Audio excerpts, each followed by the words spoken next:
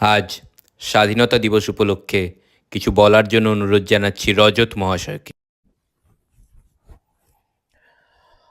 ৭৯তম স্বাধীনতা দিবসে আপনাদের জানাই অসংখ্য অভিনন্দন আর আমাকে এখানে আমন্ত্রণ জানানোর জন্য অসংখ্য ধন্যবাদ।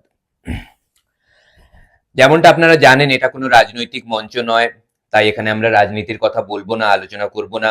আমরা জাতি, ধর্ম, বর্ণ, রাজনৈতিক দল নির্বিশেষে সবাই আমরা একত্রিত হয়েছি আর সবাইকে আমাদের একসাথে কাজ করতে হবে, আর এই শিক্ষা দিয়েছে আমাদের দল।